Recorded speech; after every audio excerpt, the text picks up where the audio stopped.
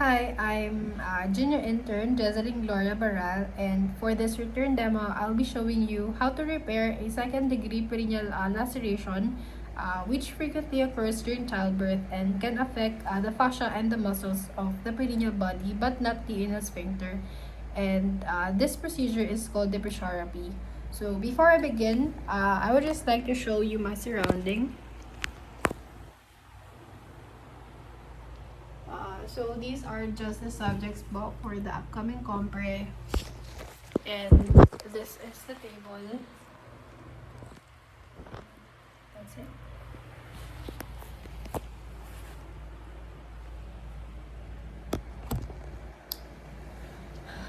So before doing any kind of procedure, of course, we have to do proper surgical hand washing and gloving. We also do sponge and instrument count with our nurses. So we have to ensure that our instruments are complete before starting this episiotomy. So this sponge here represent the vaginal incision along the horizontal plane and the perineal incision along the vertical plane. So this black mark is the hymenal ring, while this asterisk here is the anus. So I'll first begin by ensuring that there is enough infiltration of 2% lidocaine in the perineal area. And I will tell my patient that there might be some slight discomfort or pain as I give her my anesthetic.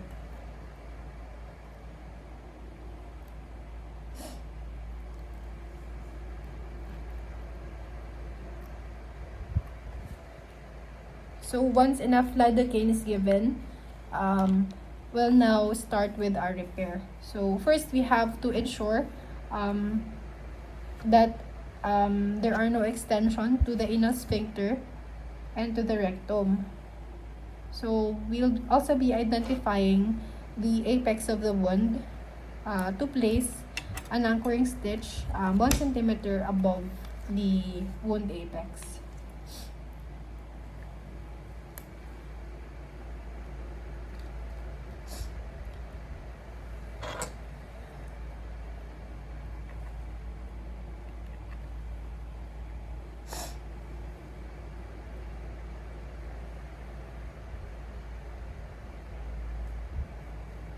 And then we do 3 interlocking knots to secure the suture.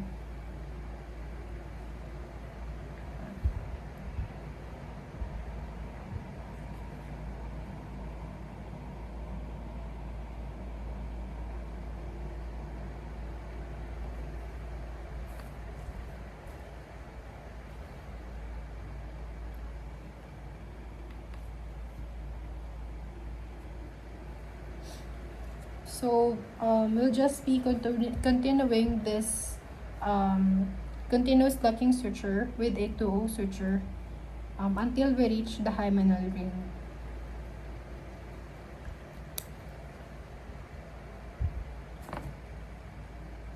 So we have to make sure that the stitches are equally apart from each other to make sure that there are no tension on our repair.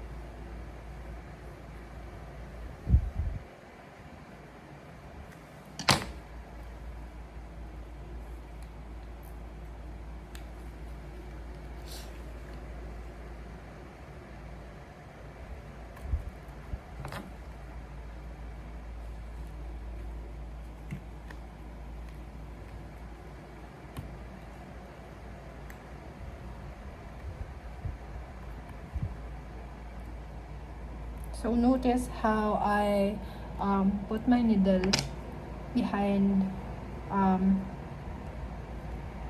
in the middle of the suture to make sure that it's a continuous locking suture. So once we reach the hymenal ring, we will insert the needle behind the hymenal ring and exit it behind the perineal body muscle.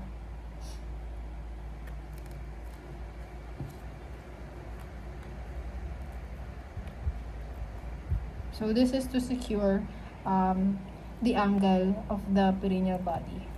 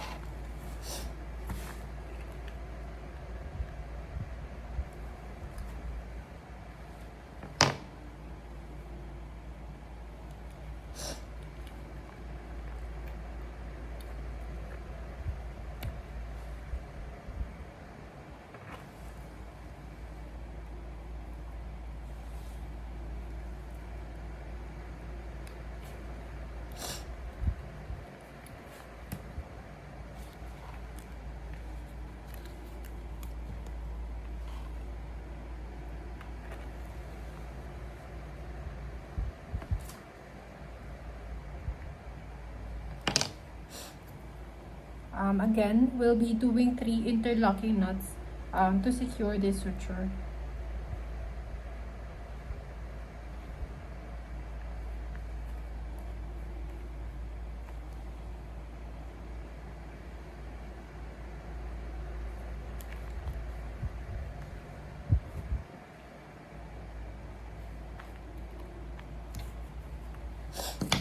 And then we will cut the suture, leaving around 0.5 centimeters for both ends, and we'll set aside the remaining suture.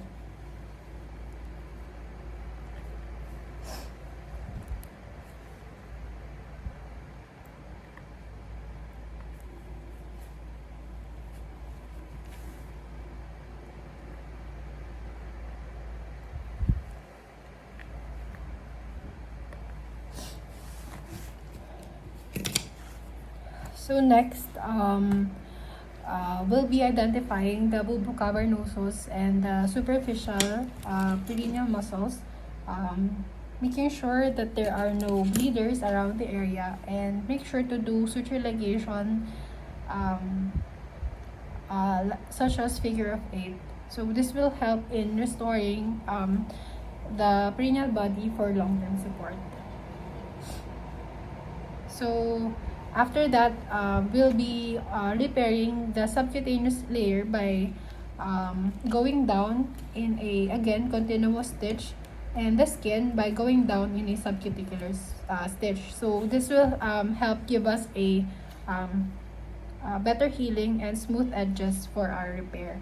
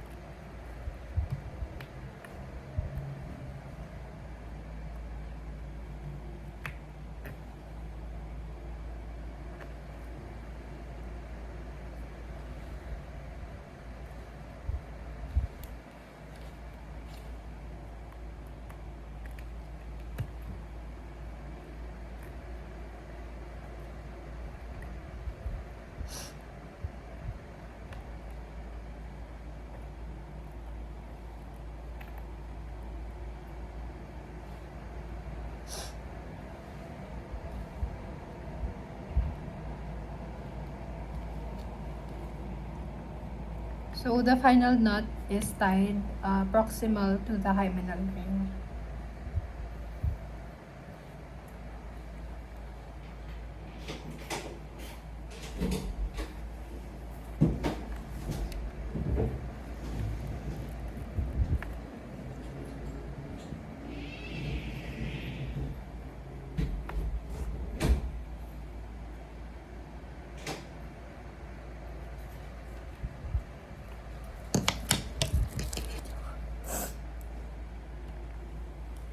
Again, we'll be leaving around 0.5 centimeter and set aside the remaining suture.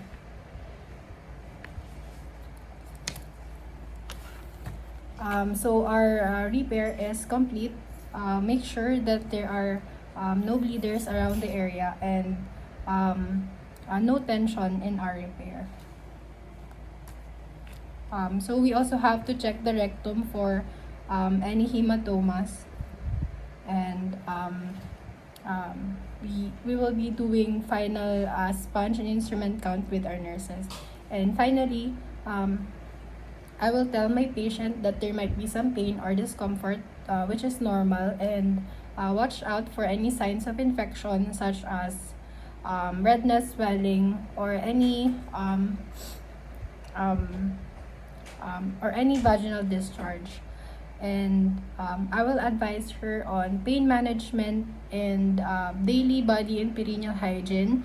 And finally, we'll schedule a follow-up for to check her healing process.